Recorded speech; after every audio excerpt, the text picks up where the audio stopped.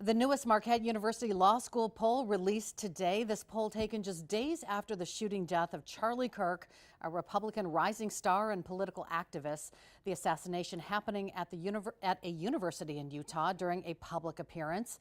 This national poll finding a large majority of those surveys think that political violence is a big problem, but the blame shifts depending on who you ask.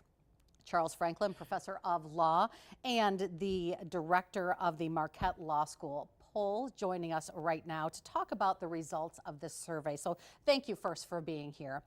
So in this Always survey, happy to. Yeah, certainly. In this survey, you found 76% of respondents say that political violence is a either very big or moderately big problem. That's a large percentage of people.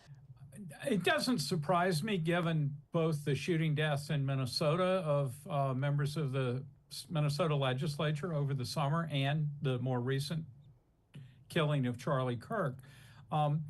It is striking what the differences are. So 76 overall say it's a problem. 38% say it's a very big problem. But among Republicans, that's 50% very big. Among Democrats, just 30% very big. And so there's quite a gap there. It would be interesting to know what this answer was like after it was Democrats who were shot over the summer, as opposed to a conservative shot this fall. But clearly a partisan gap in this perception right now. You also asked a question about rhetoric, whether people think political violence is more likely when elected officials use that heated language about their opponents. What did you find in that? Well, here, overall, 49% say that heated rhetoric makes political violence much more likely. That's lower for Republicans. 39% say much more likely. For Democrats, it's 63% much more likely. So on the one hand, Republicans seem more concerned about the threat of political violence, but it's Democrats who see heated rhetoric as leading to violence, Republicans not so much. This poll also shows a very large percentage, 89% believe violence is never justified in order to achieve political goals. I'm interested, though, in that 11%, because you did break that down too, who did not answer that question, that they believed it was never justified. So what did you learn about that 11%? Yeah, I do think it's worth emphasizing that a very big majority don't believe in political violence. I think that's the reassuring part, but we do see differences. That it's sometimes justified, violence is sometimes justified, is 15% with Democrats, 6% with Republicans. It's 14% with voters under 30, only 5% with voters over 60, and it's 25% that believe violence can be justified with very liberal people, just 10% with very conservative. So we see a larger minority who think violence can be justified among the young, among Democrats, and among very liberals compared to their opposites. So people on the whole, as you mentioned, believe that violence has no place in this. When asked, though, people did not seem especially hopeful in finding a path forward out of this. What did you find?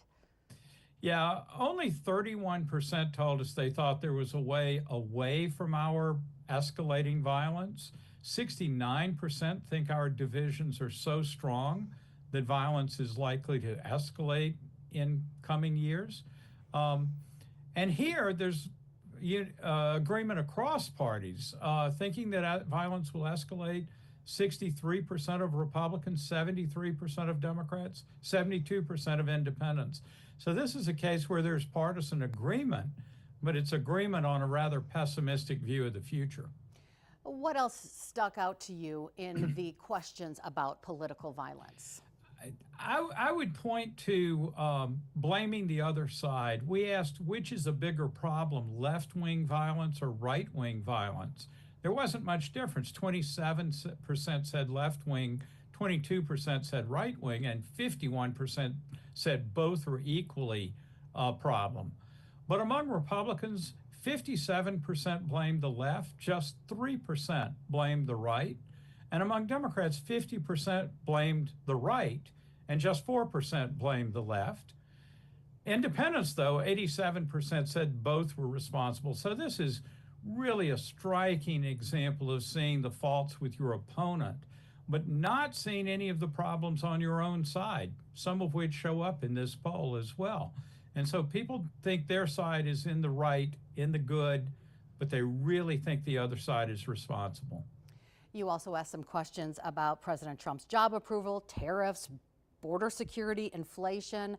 What findings did you explore that really struck a chord with you? Well, President Trump's job approval's at 43% approve, 57 disapprove.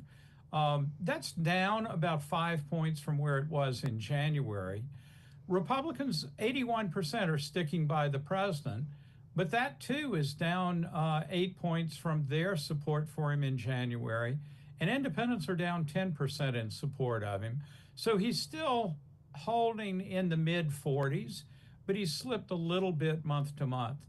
He's doing really well on border security, where 55% approve of the job he's doing, but really poorly on inflation, where only 29% approve. And on inflation, we see that as the most important problem facing the country. 40% say that, and another 19% say the economy. But people are pessimistic about the future of inflation. They think inflation will rise over the next year. They think their grocery prices are up over the last 6 months. And they think their personal well-being is down a little bit from where it was earlier in the year. So these are the more problematic problems for the future, and they really have to do with inflation, the economy, and also tariffs, where people are pretty negative about tariffs, though that hasn't changed very much. Currently being in a government shutdown, we were talking off camera. How does some of your polling show that our congressional members are doing with their constituents? Yeah, overall, people disapprove of both how Republicans and how Democrats are handling their jobs in Congress. But Republicans are in a little better shape. 42% approve of the way they're handling their job. It's just 31% approve of the way Democrats are handling their job in Congress. And this raises the question about the shutdown and who may suffer more from the shutdown. A lot of Democrats are unhappy that the party has not pushed back more strongly against Trump over the last 6 months. On the other hand, overall approval of their party is the weakest we've ever seen it. And it's a good 10 or 11 points worse off than Republicans are.